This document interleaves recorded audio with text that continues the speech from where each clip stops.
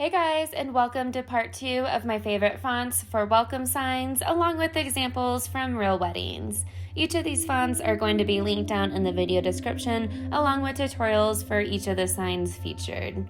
Please let me know what questions you have, and I hope you enjoy.